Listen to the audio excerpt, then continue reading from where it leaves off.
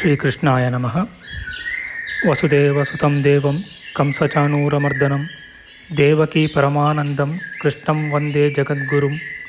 ಬ್ರಹ್ಮಸ್ಥಾನ ಸರೋಜಮಧ್ಯವಿಲಸಚ್ಛೀತಾಂಶು ಪೀಠಸ್ಥಿತಂ ಸ್ಫೂರ್ಜತ್ಸೂರ್ಯರುಚಿಂ ವರಾಭಯಕರಂ ಕರ್ಪೂರಕುಂದೋಜ್ವಲಂ ಶ್ವೇತಸ್ರಗ್ವಸನಾನುಲೇಪನಯುತಂ ವಿದ್ಯುದೃಚಾ ಕಾಂತಯ ಸಂಶ್ಲಿಷ್ಟಾರ್ಧತನುಂ ಪ್ರಸನ್ನವದನಂ ವಂದೇ ಗುರುಂ ಸಾದರಂ.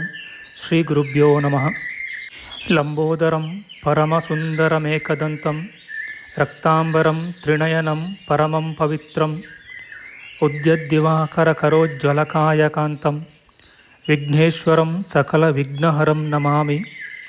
ತ್ವಾಂ ದೇವ ವಿಘ್ನದಲನೇತಿ ಚ ಸುಂದರೇತಿ ಭಕ್ತಿಪ್ರಿಯೇತಿ ಸುಖದೇತಿ ಫಲಪ್ರದೇತಿ ವಿದ್ಯಾಪ್ರದೇತ್ಯಗಹರೇತಿ ಚ ಯೇ ಸ್ತುವಂತಿ ತೇಭ್ಯೋ ಗಣೇಶವರದೋ ಭವನಿತ್ಯಮೇವ. ಶ್ರೀ ಮಹಾಗಣಪತಯೇ ನಮಃ.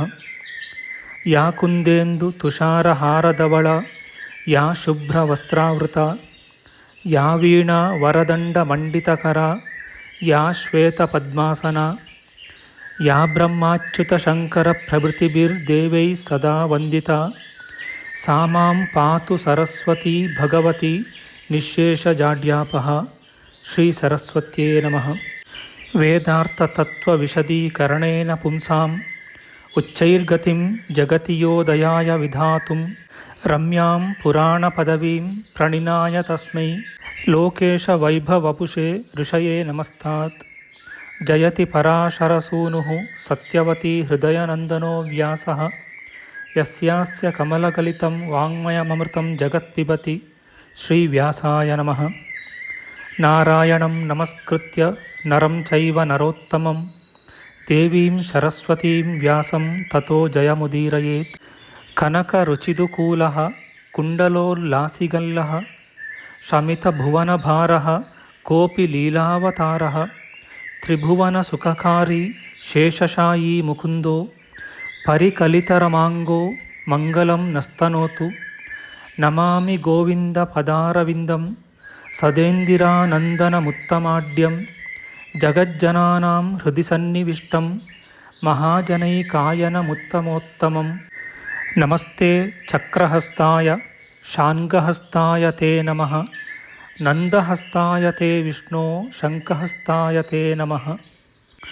ಓಂ ನಮೋ ವಾಸುದೇವಾಯ ನಮಃ ಸಂಕರ್ಷಣಾಯ ಚ ಪ್ರದ್ಯುಮ್ನಾಯ ನಮಸ್ತುಭ್ಯಂ ಅನಿರುದ್ಧಾಯ ತೇ ನಮಃ.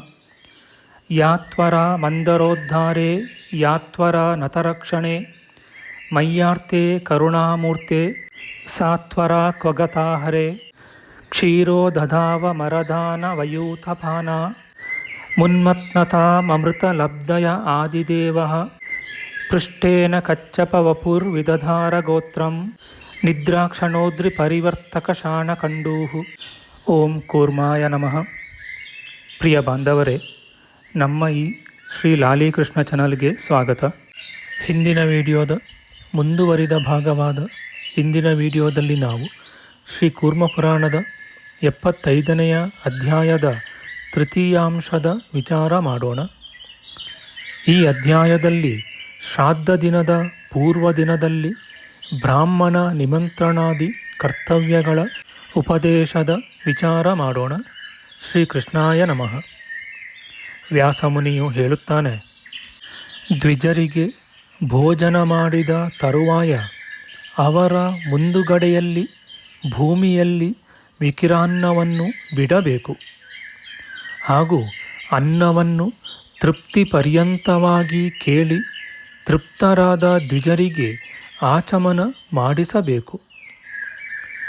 ಆಚಮನ ಮಾಡಿದ ದ್ವಿಜರನ್ನು ಸುತ್ತಲೂ ಇರುವ ವಿಸ್ತಾರ ಪ್ರದೇಶದಲ್ಲಿ ವಿಹರಿಸುವಂತೆ ಅನುಜ್ಞೆ ಕೊಡಬೇಕು. ಅನಂತರದಲ್ಲಿ ಆ ದ್ವಿಜರು ಪಿತೃಗಳಿಗೆ ನಿವೇದಿತವಾಗಲೆಂದು ಹೇಳಬೇಕು. ಹೀಗೆ ಭೋಜನ ಮಾಡಿರುವ ಬ್ರಾಹ್ಮಣರನ್ನು ಕುರಿತು ಅನ್ನಶೇಷವನ್ನು ನಿವೇದಿಸಬೇಕು. ಆಗ ಅವರು ಏನು ಹೇಳುವರೋ ಅವರ ಸಮ್ಮತಿಯಂತೆ ಆ ವಿಧಾನವನ್ನು ಆಚರಿಸಬೇಕು. ಪಿತೃಕರ್ಮದಲ್ಲಿ ಸ್ವದಿತಂ ಎಂಬುದಾಗಿಯೂ ಗೋಶಾಲೆಯಲ್ಲಿ ಸುಶ್ರಿತ ಎಂಬುದಾಗಿಯೂ ಅಭ್ಯುದಯ ಕರ್ಮದಲ್ಲಿ ಸಂಪನ್ನಂ ಎಂಬುದಾಗಿಯೂ ಮತ್ತು ದೈವ ಕರ್ಮದಲ್ಲಿ ಸೇವಿತಂ ಎಂಬುದಾಗಿಯೂ ತೃಪ್ತಿಯನ್ನು ಪ್ರಾರ್ಥಿಸಬೇಕು.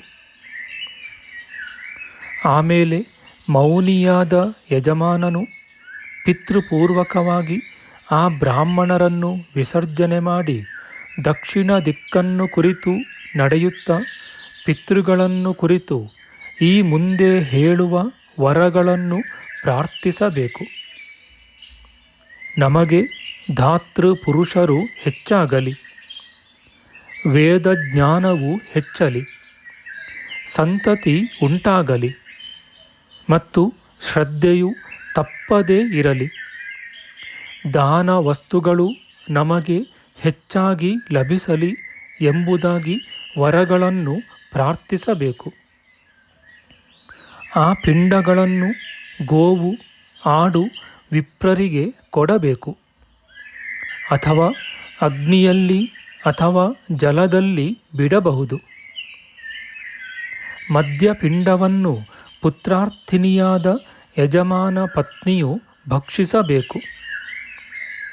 ಆಮೇಲೆ ಕೈಗಳನ್ನು ತೊಳೆದು ಆಚಮನ ಮಾಡಿ ಪಿತೃಶೇಷದಿಂದ ಜ್ಞಾತಿಗಳಿಗೆ ಸಂತೋಷಪಡಿಸಬೇಕು. ಸೂಕ, ಶಾಖ, ಫಲ, ಇಕ್ಷು, ಕ್ಷೀರ, ದಧಿ, ಘೃತ ಮತ್ತು ಮಧು ಮುಂತಾದ ನಾನಾ ವಿಧವಾದ ಸಾಮಗ್ರಿಯನ್ನು ಮಾಡಿಸಬೇಕು ಮತ್ತು ಇಷ್ಟಾನುಸಾರವಾದ ಅನ್ನ, ನಾನಾ ವಿಧವಾದ ಭಕ್ಷ್ಯ, ಪಾನೀಯ ಮುಂತಾದವುಗಳನ್ನು ಏರ್ಪಡಿಸಿ ದ್ವಿಜಶ್ರೇಷ್ಠರಿಗೆ ಯಾವುದು ಇಷ್ಟವೋ ಅದೆಲ್ಲವನ್ನೂ ನಿವೇದಿಸಬೇಕು. ಧಾನ್ಯ, ತಿಲ, ಸಕ್ಕರೆ ಮತ್ತು ಉಷ್ಣಾನ್ನ ಮುಂತಾದ ನಾನಾ ವಿಧವಾದ ಆಹಾರವನ್ನು ಶ್ರೇಯಸ್ಸನ್ನು ಅಪೇಕ್ಷಿಸುವ ಬ್ರಾಹ್ಮಣರಿಗೆ ನಿವೇದಿಸಬೇಕು. ಫಲ, ಮೂಲ ಮತ್ತು ಪಾನಗಳು ಹೊರತು ಮಿಕ್ಕ ಅನ್ನವು ಉಷ್ಣವಾಗಿರಬೇಕು. ಶ್ರಾದ್ದಕರ್ತನು ಭೂಮಿಯಲ್ಲಿ ಮಂಡಿಯನ್ನು ಊರಬಾರದು, ಕೋಪಿಸಬಾರದು, ಅನೃತವನ್ನು ಹೇಳಬಾರದು, ಕಾಲಿನಿಂದ ಅನ್ನವನ್ನು ಸ್ಪರ್ಶಿಸಬಾರದು ಮತ್ತು ಅನ್ನವನ್ನು ಕೊಡವಬಾರದು.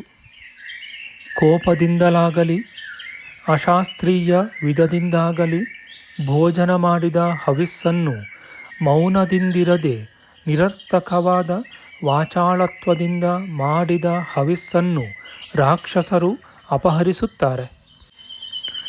ದ್ವಿಜೋತ್ತಮರೇ, ಶ್ರಾದ್ದ ಸಮಯದಲ್ಲಿ ಬೆವರಿದ ದೇಹವುಳ್ಳವನಾಗಿ ನಿಲ್ಲಬಾರದು.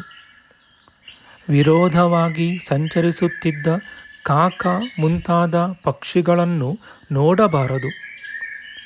ಪಿತೃಗಳು ಕ್ಷುಧೆಯಿಂದ ಪೀಡಿತರಾಗಿ ಆ ಪಕ್ಷಿ ರೂಪದಿಂದ ಅಲ್ಲಿಗೆ ಬರುತ್ತಾರೆ. ಶ್ರಾದ್ದದಲ್ಲಿ ಪಾಣಿಯಿಂದ ಯಾವುದನ್ನು ಬಡಿಸಬಾರದು. ಪ್ರತ್ಯಕ್ಷವಾಗಿ ಲವಣವನ್ನು ಹಾಕಬಾರದು ಮತ್ತು ಕಬ್ಬಿಣದ ಪಾತ್ರೆಯಿಂದಲಾಗಲಿ ಅಶ್ರದ್ಧೆಯಿಂದಲಾಗಲಿ ಪದಾರ್ಥವನ್ನು ಬಡಿಸಬಾರದು. ಚಿನ್ನ, ಬೆಳ್ಳಿ, ತಾಮ್ರ ಮುಂತಾದ ಲೋಹದ ಪಾತ್ರೆಗಳಿಂದಲೂ ವಿಶೇಷವಾಗಿ ಖಡ್ಗದಿಂದಲೂ ಕೊಡಲ್ಪಟ್ಟಿರುವ ಹವಿಸ್ಸು ಅಕ್ಷಯ ರೂಪವನ್ನು ಹೊಂದುತ್ತದೆ. ಯಾವ ಮಾನವನ ಶ್ರಾದ್ದದಲ್ಲಿ ದ್ವಿಜರಿಗೆ ಮಣ್ಣಿನ ಪಾತ್ರೆಯಲ್ಲಿ ಭೋಜನ ಮಾಡಿಸುವನೋ ಅವನು ಮತ್ತು ಭೋಕ್ತೃ ಮನುಷ್ಯನು ಘೋರವಾದ ನರಕ ಯಾತನೆಯನ್ನು ಅನುಭವಿಸುತ್ತಾರೆ.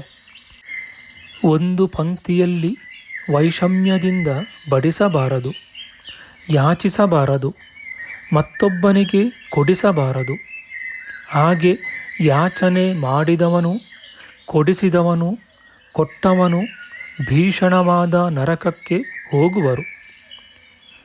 ದ್ವಿಜರು ಮೊದಲು ಉತ್ತಮವಾದುದನ್ನು ಭೋಜನ ಮಾಡಬೇಕು. ಸಾಮಾನ್ಯವಾದ ಅನ್ನದ ಗುಣ ದೋಷಗಳನ್ನು ವರ್ಣಿಸಬಾರದು. ಎದುವರೆಗೆ ಹವಿಸ್ಸಿನ ಗುಣಗಳು ಹೇಳಲ್ಪಡುವುದಿಲ್ಲವೋ ಅದುವರೆಗೆ ಪಿತೃಗಳು ಊಟ ಮಾಡುವರು. ಅಗ್ರಾಸನದಲ್ಲಿ ಕುಳಿತ ದ್ವಿಜನು ಅನೇಕ ಜನರು ನೋಡುತ್ತಿರುವ ಹಾಗೆ ಮೊದಲು ಭೋಜನ ಮಾಡಬಾರದು. ಹಾಗೆ ಭುಂಜಿಸಿದ ವಿಪ್ರನು ಆ ಪಂಕ್ತಿಯಲ್ಲಿರುವವರ ಪಾಪವನ್ನು ಸೆಳೆಯುತ್ತಾನೆ. ದ್ವಿಜೋತ್ತಮನು ಶ್ರಾದ್ದದಲ್ಲಿ ನಿಮಂತ್ರಿಸಲ್ಪಟ್ಟವನಾಗಿ ಯಾವ ಹವಿಸ್ಸನ್ನು ಬಿಡಬಾರದು ಮತ್ತು ಮಾಷದ ನಿಷೇಧದಿಂದ ಬೇರೊಂದು ಅನ್ನವನ್ನು ನೋಡಬಾರದು. ಶ್ರಾದ್ದ ಕರ್ಮದಲ್ಲಿ ನಿಮಂತ್ರಿಸಲ್ಪಟ್ಟ ಯಾವ ದ್ವಿಜನು ಮಾಷವನ್ನು ಭುಂಜಿಸುವುದಿಲ್ಲವೋ ಅವನು ಮರಣಾನಂತರದಲ್ಲಿ 21 ಜನ್ಮಗಳಲ್ಲಿ ಪಶುತ್ವವನ್ನು ಹೊಂದುತ್ತಾನೆ. ಭೋಜನ ಮಾಡುತ್ತಿದ್ದ ದ್ವಿಜರಿಗೆ ವೇದ, ಧರ್ಮಶಾಸ್ತ್ರ, ಇತಿಹಾಸ, ಪುರಾಣ ಮತ್ತು ಶುಭಕರವಾದ ಅನೇಕ ಶ್ರಾದ್ದ ಕಲ್ಪಗಳನ್ನು ಶ್ರವಣ ಮಾಡಿಸಬೇಕು. ಆಮೇಲೆ ಭೋಕ್ತೃವಾದ ದ್ವಿಜನು ಮುಂದುಗಡೆಯಲ್ಲಿ ಭುಕ್ತ ಶೇಷಾನ್ನವನ್ನು ಭೂಮಿಯಲ್ಲಿ ಚೆಲ್ಲುತ್ತಾ ಹಾಕಬೇಕು ಹಾಗೂ ಸ್ವಧಿತಂ ಸುಭೋಜನವಾಯಿತೆ ಎಂದು ಕೇಳಿ ತೃಪ್ತರಾದ ದ್ವಿಜರಿಗೆ ಆಚಮನ ಮಾಡಿಸಬೇಕು. ಆಚಮನ ಮಾಡಿದ ದ್ವಿಜರನ್ನು ಸುತ್ತಲೂ ಇರುವ ಪ್ರದೇಶದಲ್ಲಿ ವಿಹರಿಸುವಂತೆ ಅನುಜ್ಞೆ ಕೊಡಬೇಕು. ಆಗ ಬ್ರಾಹ್ಮಣರು ಯಜಮಾನನನ್ನು ನೋಡಿ ಪಿತೃಗಳಿಗೆ ತೃಪ್ತಿಯಾಗಲೆಂದು ಹೇಳಬೇಕು. ಹೀಗೆ ಭೋಜನ ಮಾಡಿರುವ ಬ್ರಾಹ್ಮಣರನ್ನು ಕುರಿತು ಅನ್ನಶೇಷವನ್ನು ಒಪ್ಪಿಸಬೇಕು. ಆಗ ದ್ವಿಜರಿಂದ ಅನುಜ್ಞೆ ಹೊಂದಿದವನಾಗಿ ಅವರು ಏನು ಹೇಳುವರೋ ಅದರಂತೆ ಮಾಡಬೇಕು. ಪಿತೃಕರ್ಮದಲ್ಲಿ ಸ್ವಧಿತಂ ಎಂಬ, ಗೋಶಾಲಾ ಕರ್ಮಗಳಲ್ಲಿ ಸುಶ್ರಿತಂ ಎಂಬ, ಅಭ್ಯುದಯ ಕರ್ಮದಲ್ಲಿ ಸಂಪನ್ನಂ ಎಂಬ ಮತ್ತು ದೈವ ಕರ್ಮದಲ್ಲಿ ರೋಚತೆ ಎಂಬ ಪ್ರತಿವಚನವನ್ನು ದ್ವಿಜನು ನುಡಿಯಬೇಕು. ಆಮೇಲೆ ಮೌನಿಯಾದ ಯಜಮಾನನು ಸ್ತೋತ್ರ ಮಾಡಿ ಪಿತೃಪೂರ್ವಕವಾಗಿ ಬ್ರಾಹ್ಮಣರನ್ನು ವಿಸರ್ಜಿಸಬೇಕು ಮತ್ತು ದಕ್ಷಿಣ ದಿಕ್ಕನ್ನು ಕುರಿತು ಸಂಚರಿಸುತ್ತಾ ಪಿತೃಗಳನ್ನು ಕುರಿತು ಈ ವರಗಳನ್ನು ಪ್ರಾರ್ಥಿಸಬೇಕು. ನಮಗೆ ದಾನ ಮಾಡುವ ಮನುಷ್ಯರು ಹೆಚ್ಚಲಿ, ವೇದಜ್ಞಾನವು ವೃದ್ಧಿಯಾಗಲಿ, ಸಂತತಿಯು ಉಂಟಾಗಲಿ, ಶ್ರದ್ಧೆಯು ತಪ್ಪದೇ ಇರಲಿ ಮತ್ತು ನಾವು ಅನೇಕ ವಸ್ತುಗಳನ್ನು ಇತರರಿಗೆ ಕೊಡುವಂತಾಗಲಿ ಎಂಬ ವರಗಳನ್ನು ಕೇಳಬೇಕು. ನಮ್ಮ ಮುಂದಿನ ವಿಡಿಯೋದಲ್ಲಿ ನಾವು ಶ್ರೀ ಕೂರ್ಮಪುರಾಣದ 75ನೇ ಅಧ್ಯಾಯದ ಚತುರ್ಥಾಂಶದ ವಿಚಾರ ಮಾಡೋಣ. ಆಧ್ಯಾತ್ಮಿಕ ಚರ್ಚೆ ಮತ್ತು ವಿಚಾರ ವಿನಿಮಯಕ್ಕಾಗಿ ಶುರು ಮಾಡಿದ ಈ ಚಾನಲ್ನಲ್ಲಿ ನಾವು ಅಪ್ಲೋಡ್ ಮಾಡುವ ಎಲ್ಲ ವಿಡಿಯೋಗಳನ್ನು ಸಂಪೂರ್ಣವಾಗಿ ನೋಡಿ ನಿಮ್ಮ ಸಲಹೆಗಳನ್ನು ಕಮೆಂಟ್ ಬಾಕ್ಸ್ನಲ್ಲಿ ಬರೆಯಿರಿ. ದಯವಿಟ್ಟು ಈ ಚಾನಲ್ಗೆ ಸಬ್ಸ್ಕ್ರೈಬ್ ಮಾಡಿ ಹಾಗೂ ಬೆಲ್ ಬಟನ್ ಒತ್ತಿ ನಾವು ಹಾಕುವ ಎಲ್ಲ ವಿಡಿಯೋಗಳನ್ನು ನೋಡಿ ಪ್ರೋತ್ಸಾಹಿಸಿ. ಕೃಷ್ಣಂ ನಾರಾಯಣಂ ವಂದೇ ಕೃಷ್ಣಂ ವಂದೇ ವ್ರಜಪ್ರಿಯಂ ಕೃಷ್ಣಂ ದ್ವೈಪಾಯನಂ ವಂದೇ ಕೃಷ್ಣಂ ವಂದೇ ಪೃಥಾಸುತಂ. ಶ್ರೀಕೃಷ್ಣಾಯ ನಮಃ.